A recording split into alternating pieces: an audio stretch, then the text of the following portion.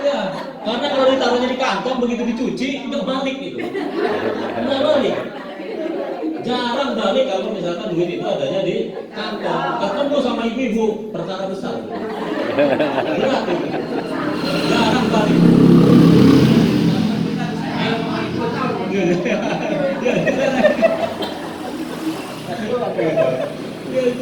Jadi kalau sekalian, jadi sekali lagi kalau kita punya emas ya nggak banyak-banyak tadi yang ibu sampaikan, misalkan 5 gram 5 gram aja pasti ditaruhnya di tempat yang paling aman, tempat yang paling aman itu baru emas. Apalagi keimanan di dalam diri kita yang akan menentukan di mana posisi kita di akhirat. Ya. Karena jelas itu orang-orang yang beriman itu hanya surga yang pantas untuk orang beriman, ya. Dan orang-orang kafir itu pantasnya di dalam neraka. Sekarang tinggal kita pilih mau di surga apa mau di neraka. Mau di surga. Kita doakan kita semua masuk surga ya. Amin. Mau masuk surganya sekarang apa nanti? Amin. Dia sekarang saya tanya nih, surga sama dunia enakan mana? Hah? Katanya enakan surga. Siapa yang bilang tuh surga itu enak? Oh saya yang bilang. Allah yang bilang. Percaya nggak kalau Allah itu bilang surga itu enak? Percaya, wajib percaya kita itu di surga itu enak. Ya. Dan dikatakan apa? Walal akhiratu khairul laka minal ula. Dan yang akhir itu lebih baik daripada yang permulaan. Ada yang menafsirkan yang nanti itu maksudnya surga itu lebih baik daripada dunia. Sepakat ya? Surga ini lebih nikmat daripada dunia. Sepakat. Karena kok pada ragu-ragu? Di dalam hati Ustaz jawabnya. Oh, jujur. Karena belum pernah. Nah sekarang oh gini, ibu pernah ke Bali nggak? Belum.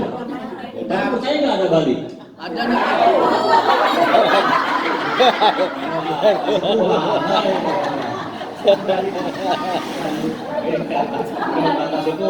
Ganti lah, jangan Bali lah. Makassar, nggak ada yang Makassar. Papua katakanlah gitu. Ya kan? Kita di antara kita ini mungkin belum pernah ke Papua. Percaya nggak ada Papua? Kenapa percaya padahal belum pernah ke sana? Hah? Ada beritanya, ada kabarnya, dan kita percaya itu. Ada surga, percaya nggak? Percaya. Harus percaya. Meskipun belum ke sana. Kenapa? Karena ada yang mengabarkan. Jadi nggak perlu nunggu kita survei dulu ke sana. Nggak perlu survei dulu. Jadi percaya kita surga itu pasti adanya. Dan tiket masuk surga itu adalah mengucapkan kalimat la ilaha illallah. Makanya kenapa keimanan itu lebih berharga dari dunia yang kita miliki ini. Lebih berharga. Sebegitunya kita punya emas 5 gram aja ditaruh ya di dalam rumah gitu ya. Kita kalau punya emas 5 gram nggak mungkin ditaruhnya di depan pagar. Nggak mungkin rasanya. Ditaruh di teras juga nggak mungkin rasanya. Ada yang naruh emas di teras itu? Nggak ada. Atau naruhnya di ruang tamu. Rasanya nggak mungkin. Mas Gimin ini berat 50 kilo lebih ini. Jadi kita punya emas saja disimpan sedemikian rupa, dijaga. Apalagi kita punya emasnya banyak, punya emasnya 100 kilo, pasti itu nggak mungkin ditaruhnya sembarangan. Ditaruh dalam rumah, rumahnya dikasih pagar, pagarnya dikasih kawat, dialirin listrik, dikasih satpam, ya, gitu kan, dikasih anjing, ya. Emasnya pasti taruh dalam rumah, rumahnya dikasih pintu, ya kan, ya. Ditaruh dalam kamar, kamarnya dikasih pintu, dikunci, Ditaruh di dalam berangkas, berangkasnya dikunci, kasih kode. Di berangkas juga ya kalau kayak ibu sekarang naruh emas kan disemplatin di baju yang paling dalam. Itu dunia sedemikian kita jaga, apalagi keimanan yang menentukan akhirat kita harus betul-betul dijaga. Karena kata begini Nabi, al-imanu yazid wa yanqus. Iman itu naik dan turun. Ya kan? Kita tuh kan ngalamin kalau pas iman lagi bagus, ngaji jam 9, jam 7 udah takak datang. Iya kan bawa apa nih kalau misalnya imannya lagi bagus, belum azan aja udah nunggu di masjid. Gitu. Kalau imannya lagi bagus, kalau imannya lagi ngedrop, disusul pun belum tentu mau. Alasannya ada aja. Alasannya ada aja. Jadi kalau kita itu terhalang dari sebuah kebaikan, ya, itu karena Allah yang menghalang. Ya, kitanya nggak disayang sama Allah, nggak dipilih sama Allah. Kalau Allah itu sayang sama seorang hamba, pasti hamba tersebut dimudahkan untuk mentaati Allah Subhanahu wa Ta'ala. Itu kalau Allah sudah sayang, sama seperti kita, Allah tuh sayang banget sama kita malam hari ini. Makanya kita dimudahkan meskipun hujan, kita datang. Ya, meskipun capek, ya kita datang. Karena Allah sayang sama kita. Gitu. Ya. Nah nanti perkara niatnya ini perlu diluruskan. Jangan niatnya karena ada makanan. Ketimbang ngejogrok di rumah, mending ini kita makanan. Ya. Prinsipnya adalah al-imanu yazid wa yanqus. Iman tuh naik dan turun. Makanya kita harus jaga iman tuh tetap ada di atas. Jadi wong kanjeng wong penggabel ini pada peak performance-nya, pada performance primanya gitu, ya, dan seterusnya. Iman harus dijaga. Maka dilanjutkan yazidu bit ta'ah wa yanqusu bil maksiyah. Naiknya itu karena ketaatan, turunnya karena kemaksiatan. Jadi iman itu ya, bakal terus ada di dalam diri kita ya, selama kita menjaganya dengan berbagai macam amal-amal ketaatan. Dan iman itu akan mungkin lepas kalau kita itu banyak melakukan kemaksiatan. Jadi harus dijaga seperti tanaman yang harus dijaga. Ibu punya tanaman ya, misalkan nanam padi, nanam apa itu dijaga, diperhatikan airnya, pupuknya, ya dijaga dari berbagai macam hama dan itu dijaga. Apalagi menjaga iman ini berat. Di era sekarang ini jaga iman ini berat. Nah, ada namanya pendeta Ibrahim di Indonesia ini. Ya, pendeta Ibrahim ini adalah orang pendeta yang sejak mudanya dikader jadi dai di salah satu ormas, dikader jadi dai, disekolahin, dipesantrenin, ya, dikirim, dididik untuk jadi dai. Tapi kemudian Ibrahim itu lepas dan jadilah dia pendeta. Untungnya anak istrinya nggak ngikut. Pendeta Ibrahim dia nyerang Islam. Berarti nyerang apa dia? SD, SMP, SMA, kuliah, semuanya di pendidikan Islam, di kader khusus jadi dai, jadi pendeta. Jadi iman itu bisa lepas lebih cepat daripada anak panah lepas daripada busurnya.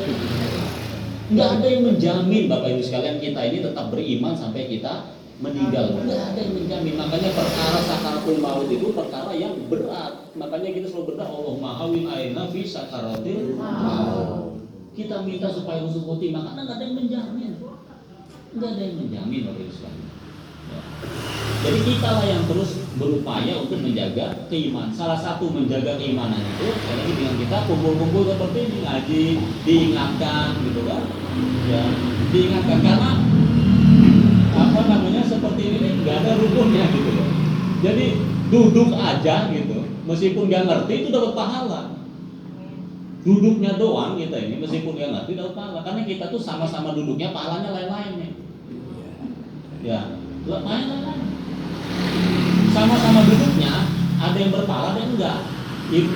Ibu duduk di diskotik dengan duduk di sini, ya dapat pahala yang mana? Yang di sini.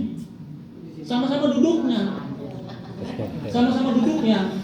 duduk nonton di depan TV dengan duduk di pengajian sama-sama duduknya, tapi lain. Sama-sama geraknya, ya. Ibu joget-joget di diskotik gitu, ya. Dengan ibu sholat sama-sama geraknya. Mana yang berpahala kira-kira?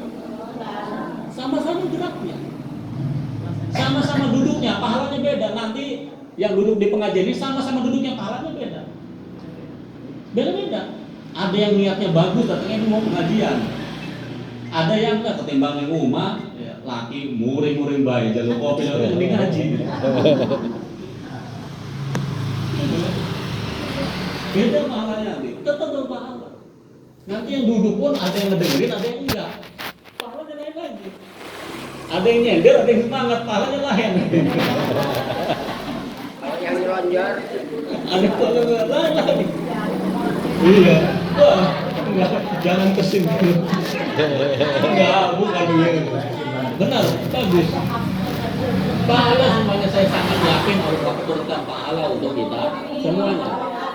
Bisa jadi Bapak Ibu sekalian, gitu ya, yang hari ini dalam keadaan sakit duduknya, pahalanya jauh lebih besar daripada yang sehat. Kenapa? Karena pahala itu bergantung kadar kesusahannya. Anak muda sholat ke masjid dengan orang tua yang kalau berangkat ke masjid satu langkah ya. Satu langkah batuk misalnya gitu. Satu langkah tarik nafas, satu langkah nafas, itu lain pahala dari masih muda. Bergantung kepada kadar kesusahannya. Orang kaya infak 100.000 dengan orang fakir infak 100.000, gede mana pahalanya? Fakir sama-sama 100.000-nya. Bergantung kadar kesusahannya. Kita yang sehat masih muda berangkat ngaji dengan yang sudah satu kali ngaji pahalanya lain, dan 10 pahalanya jauh lebih besar. Jauh lebih besar. Ya, jadi Bapak Ibu sekalian, inilah dunia ini tempat kita menanam. Tempat kita keimanan kita ini tanam di sini agar dia nanti tumbuh di akhirat kelak menjadi taman-taman surga. Ya di sini sama-sama duduknya, sama-sama meleknya gitu. Dengan yang nongkrong gak jelas ya, sama-sama duduknya. Tapi jangan kita nganggap kita boleh pahala, mau lebih pahala. Lain. Karena yang nganggur itu bisa jadi pahalanya lebih besar daripada yang gak nganggur. Karena yang nganggur ini potensi dari pahalanya besar banget. Gara-gara dia nganggur nongkrong di gardu ronda, lingkungan jadi aman, maling mau curi nggak berani, pahalanya gede dia.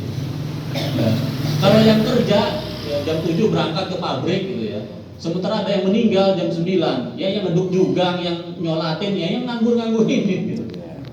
Peluang pahalanya gede, jadi nganggur itu jangan disesali juga, karena peluang pahalanya gede gitu. Kalau ada kebakaran yang nganggur ini yang ngebantu, yang di pabrik mah kerja. Ya, dan lain sebagainya. Jadi hidup di dunia ini tinggal bagaimana cara kita memanfaatkan. Ya, jadi al-imanu yazid wa yanqus, ya, yazidu bit ta'at wa yanqusu bil maksiyah. Turunnya itu karena kemaksiatan. Ya, karena kemaksiatan. Dan kita tuh tidak secara sengaja, mungkin sadar tidak sadar sengaja tidak memproduksi kemaksiatan tiap hari. Makanya hidup kita itu jadi tidak bahagia. Pada kata baginda Nabi, ajaban di amril mukminin. Sungguh ajaib perkara orang beriman itu. Diberi kenikmatan dia bersyukur, baik buat dirinya. Diberi musibah dia bersabar, baik untuk dirinya. Orang beriman itu semua urusannya baik. Ya, semua urusannya baik. Hidupnya itu tenang. Jadi kalau kita tuh hidupnya umek, rungsing baik, misalnya gitu. Ya, itu karena keimanannya yang lemah, imannya kurang. Ya, imannya lagi turun. Karena ini Bu sekalian, kemaksiatan itu, ini hidup kita nih ya Bapak Ibu sekalian, ini hidup kita. Ya. Kalau iman kita itu, nih biar gampang, hidup yang gelas rokok. Ya. Ya, ini hidup kita nih Bapak Ibu sekalian. Bapak Ibu. Ya, ini hidup kita nih. Kalau kita melakukan kemaksiatan, ya kita ngebohong, ya kita marah-marah ke suami, atau suami marah ke istrinya, marah ke anaknya, gitu ya. lalu nyuri misalnya gitu ya, zina apa sih waktu jelas itu makin numpuk. Padahal rahmat Allah SWT datang setiap hari. Tapi karena diri kita itu udah numpuk nih, karena kemaksiatan yang kita lakukan, maka Allah turunkan masalah demi masalah. Pertolongan Allahnya itu sebenarnya ada tiap hari. Tapi kitanya ini yang banyak maksiatnya ini akhirnya membuat rahmat Allah SWT itu ngalirnya ke orang-orang lain yang terbuka. Maka tugas kita itu adalah terus meminta ampun kepada Allah SWT. Wasari'u ila magfiratin min rabbikum wa jannatin ardhas samawati wal ardh. Wasari'u, bersegeralah kamu menuju ampunan Allah Subhanahu wa taala yang luasnya seluas langit. Ya, makanya kenapa kita disuruh wirid mendakwamkan istighfar.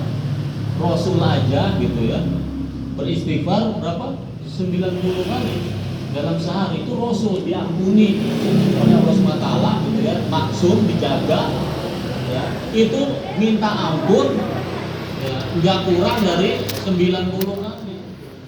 Apalagi kita yang dosanya itu mulai dari buka pintu sampai tutup pintu, mulai dari melek sampai tidur lagi, banyak sekali kemaksiatan. Maka wajib ya buat kita diri sendiri ya, membiasakan istighfar agar rahmat Allah SWT itu turun kepada kita ya, makanya kita ini punya banyak masalah untuk hidup gak tenang ya, karena kita ini ya kurang iman itu ya, karena dunia ini memang tempat ujian ya, dunia ini tempat ujian ya, cuma kita ini jauh dari Allah SWT sehingga akhirnya kemudian berbagai macam musibah itu ya, tidak membuat kita dekat kepada Allah Subhanahu wa taala.